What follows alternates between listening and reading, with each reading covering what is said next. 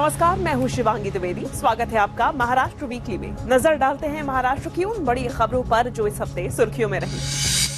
मुख्यमंत्री देवेंद्र फडणवीस ने ऐलान किया है कि पुण्य श्लोक अहिल्या देवी होलकर कर्ज मुक्ति योजना 2026 के तहत करीब 56 लाख किसानों को 36,585 करोड़ रुपए की कर्ज माफी दी जाएगी, जिसे राज्य के इतिहास की सबसे बड़ी कर्ज माफी बताया जा रहा है। मुख्यमंत्री ने साफ कहा है कि ये फैसला किसी चुनावी गणित के तहत नहीं, बल्कि संकट में घिरे किसानों को राहत देने के लिए लिया गया है। इस योजना में लगभग 56 लाख किसानों को फायदा होगा। 1 अप्रैल 2019 से 31 मार्च 2026 के बीच हर किसान का 2 लाख रुपए तक का सीधा कर्ज माफ होगा। अगर कर्ज 2 लाख रुपए से ज्यादा है तो किसानों को ऊपर दी गई रकम देनी होगी। जो किसान समय पर कर्ज चुकाएंगे उन्हें 50,000 रुपए तक का इंसेंटिव बेनिफिट भी मिलेगा। इस योजना के लिए जमीन के एरिया की कोई शर्त नहीं है। मुख्यमंत्री देवेंद्र फडणवीस ने पंढरपुर को वर्ल्ड क्लास तीर्थ स्थल बनाने के लिए करीब 3,993 करोड़ रुपए के बड़े डेवलपमेंट प्लान को मंजूरी दी है। सीएम देवेंद्र फडणवीस ने दोनों डिप्टी सीएम एकनाथ शिंदे और सुनेत्रा पवार के साथ प्रोजेक्ट के डेवलपमेंट की समीक्षा बैठक की। इस प्रोजेक्ट के तहत विट्ठल मंदिर के ग्रैंड कॉरिडोर पर 579 करोड़ रुपए खर्च किए जाएंगे। साथ ही चंद्रभागा नदी के घाटों का सौंदर्यीकरण किया जाएगा। इसके अलावा प्रदक्षिणा मार्ग और पालकी अड्डों को भी डेवलप किया जाएगा। खास बात यह है कि परियोजना से प्रभावित लोगों के पुनर्वास और भूमि अधिग्रहण के लिए 2026 करोड़ रुपए का बजट रखा गया है। सरकार का दावा है कि इससे श्रद्धालुओं को बेहतर सुविधाएं मिलेंगी और स्थानीय स्तर पर रोजगार के नए अवसर पैदा होंगे।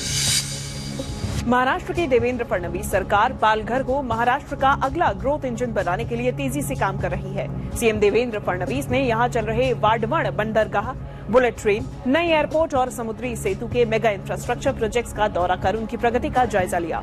76,000 करोड़ रुपए से ज्यादा की लागत वाला वाडवण पोर्ट अगले 60 महीनों में पूरा करने का लक्ष्य है, जिससे नारंगी खाड़ी पुल से वसई विरार और पालघर के बीच की दूरी 40 किलोमीटर कम होगी। सरकार का मानना है कि इन परियोजनाओं से निवेश, कनेक्टिविटी और रोजगार के नए अवसर पैदा होंगे तथा क्षेत्र के विकास को नई रफ्तार मिलेगी।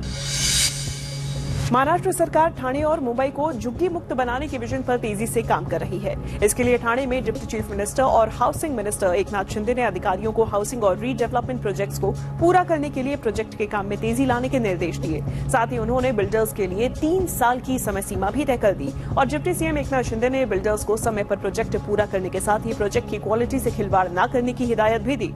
उन्होंने कहा कि लापरवाही करने वाले डेवलपर्स को ब्लैक लिस्टेड किया जाएगा। दिल्ली से मुंबई के सफर को आसान और कम समय में पूरा करने के लिए महाराष्ट्र सरकार युद्ध स्तर पर काम कर रही है। मुख्यमंत्री देवेंद्र फडणवीस ने पालघर में दिल्ली मुंबई एक्सप्रेसवे परियोजना की प्रगति का जायजा लिया। सीएम फडणवीस के मुताबिक महाराष्ट्र के हिस्से का 157 किलोमीटर एक्सप्रेसवे तैयार हो चुका है और 31 अगस्त तक लोगों के लिए खोला जा सकता है। करीब 1 लाख करोड़ रुपए की लागत वाला ये एक्सप्रेसवे 5 राज्यों को जोड़ेगा और JNPA बंदरगाह तक सीधी कनेक्टिविटी देगा। इससे लॉजिस्टिक्स लागत घटेगी, निवेश बढ़ेगा और महाराष्ट्र की विकास रफ्तार को नई ताकत मिलेगी। महाराष्ट्र के 50 लाख किसानों को ग्रुप फार्मिंग से जोड़ने का लक्ष्य लेकर सीएम देवेंद्र फडणवीस की सरकार तेजी से आगे बढ़ रही है और इसके लिए सीएम फडणवीस ने सत्यमेव जयते फार्मर कप 2026 की शुरुआत की। सरकार का मानना है कि समूह खेती किसानों की आय बढ़ाने का प्रभावी मॉडल बन सकती है।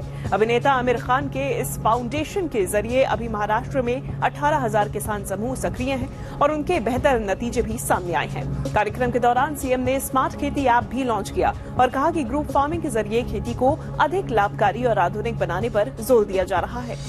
की आमच्या समोरचं सगळ्यात जास्त चॅलेंजिंग क्षेत्र आहे शेतीचं क्षेत्र आहे, पण अशा पद्धतीनं काम केलं तर पुढच्या 5 ते 7 वर्षांमध्ये शेतीचं क्षेत्र हे पूर्णपणे परिवर्तित करून आपण दाखवू शकतो।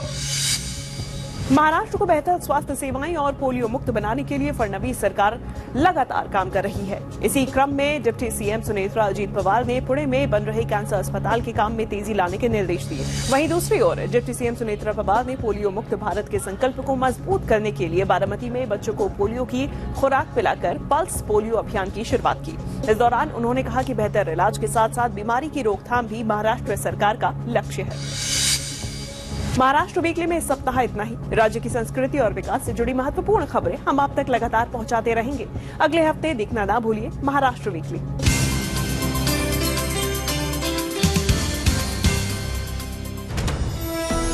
आप देख रहे हैं news 18 India, powered by Valvoline, official supporter of the